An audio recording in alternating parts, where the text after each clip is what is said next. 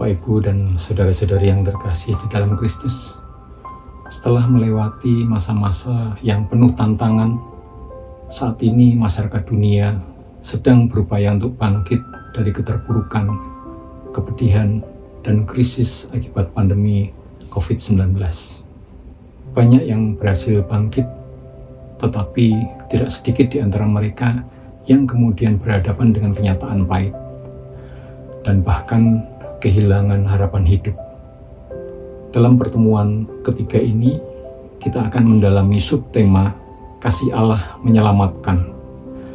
Kita diajak untuk senantiasa bersyukur atas rahmat kehidupan yang telah dicurahkan oleh Allah hingga saat ini, betapapun beratnya tantangan hidup kita. Allah sendiri berjanji melalui Nabi Yoel bahwa Ia tidak akan tinggal diam. Sebaliknya, Ia akan memberikan apa yang dibutuhkan umat-Nya dan memulihkan hidup kita. Bapak, Ibu, dan saudara-saudari yang terkasih dalam Kristus, dalam pertemuan ketiga ini, kita akan mendalami sebuah teks singkat dari kitab Nabi Yoel, yakni Yoel bab 2, ayat 23 sampai dengan 27. Dalam teks ini, Nabi Yoel meyakinkan dan menghibur umat Allah yang baru kembali dari pembuangan dengan menegaskan janji Tuhan bahwa tanah air mereka akan kembali seperti semula dan keadaan mereka akan dipulihkan. Memulihkan dapat berarti mengganti rugi apa yang telah hilang atau rusak selama ini.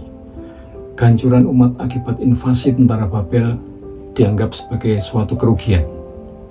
Kerugian inilah yang diganti oleh Allah. Kehancuran inilah yang akan dipulihkan oleh Allah.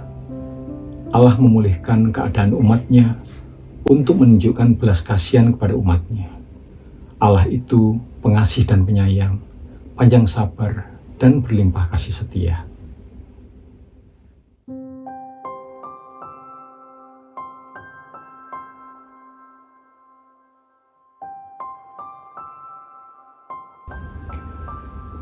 Hai Bani Sion, bersorak-sorailah dan bersukacitalah karena Tuhan Allahmu, sebab telah diberikannya kepadamu hujan pada awal musim dengan adilnya, dan diturunkannya bagimu hujan pada awal dan hujan pada akhir musim seperti semula.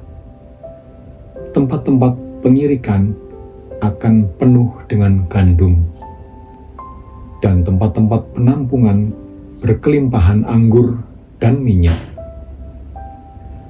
Aku akan memulihkan kepadamu tahun-tahun yang hasilnya dimakan habis oleh belalang pindahan, belalang pelompat, belalang pelahap, dan belalang pengerik. Pasukanku yang besar yang kukirim ke tengah-tengah kamu. Kamu akan makan sepuasnya dan menjadi kenyang, dan kamu akan memuji-muji nama Tuhan Allahmu yang melakukan perbuatan ajaib bagimu. Umatku tidak akan mendapat malu lagi untuk selama-lamanya. Kamu akan mengetahui bahwa aku ada di antara orang Israel, dan bahwa akulah Tuhan Allahmu, tidak ada yang lain. Umatku tidak akan mendapat malu lagi untuk selama-lamanya.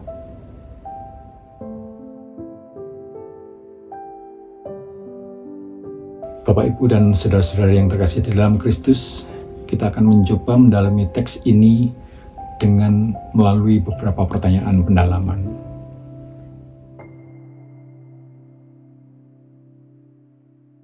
Secara manusiawi, orang sulit tersenyum bahagia saat mengalami krisis hidup dan penderitaan. Bila ia dapat bersukacita, pastilah ia memiliki alasan mendasar, alasan yang jauh lebih kuat ketimbang situasi yang dialaminya. Nubuat Yoel dalam bab 2 ayat 23 sampai dengan 27 dibuka dengan ajakan untuk bersukacita. Alasannya adalah kehadiran Tuhan sendiri. Dalam ayat 23 dikatakan, bersukacitalah karena Tuhan Allahmu. Tuhan hadir dan telah melakukan sesuatu demi kepentingan umatnya. Tuhan juga akan menyelamatkan mereka. Dalam situasi tersebut, keselamatan dipahami sebagai pemulihan dari kondisi keterpurukan.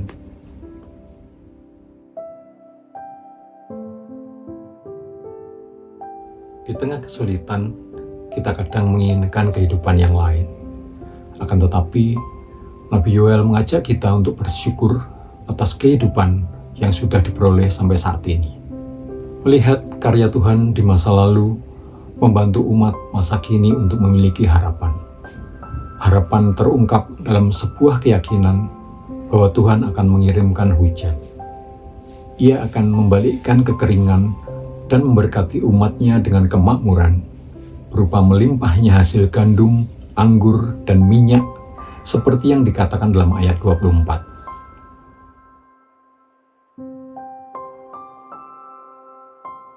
Dalam ayat 25 dikatakan, Tuhan berjanji, "Aku akan memulihkan kepadamu," yang berarti bahwa Tuhan akan mengganti kerugian yang diderita oleh umatnya. Nabi Yoel menggunakan serangan belalang untuk menggambarkan serangan pasukan musuh yang menyebabkan kehancuran Yerusalem dan penderitaan terhadap penduduknya. Kehancuran dan penderitaan inilah yang dimaksud dengan kerugian dan akan dibayar atau dipulihkan oleh Tuhan. Pemulihan yang dilakukan oleh Tuhan jauh lebih besar, bahkan bisa berkali-kali lipat daripada kesulitan yang telah dialami oleh bangsa Israel. Pemulihan Tuhan membawa kemakmuran dan kehormatan bagi umatnya.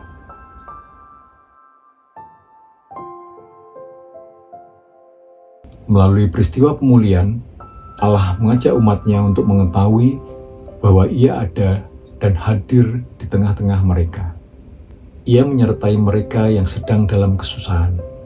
Bahkan pemulihan tersebut dilakukan untuk menyatakan karakternya sendiri sebagai Allah yang pengasih dan penyayang, panjang sabar dan berlimpah kasih setia, dan memiliki belas kasihan kepada umatnya. Karena itulah, mereka harus tahu dan sadar bahwa tidak ada Allah lain selain Dia. Hanya Tuhanlah yang layak untuk disembah dan dipuji, bukan pemberiannya.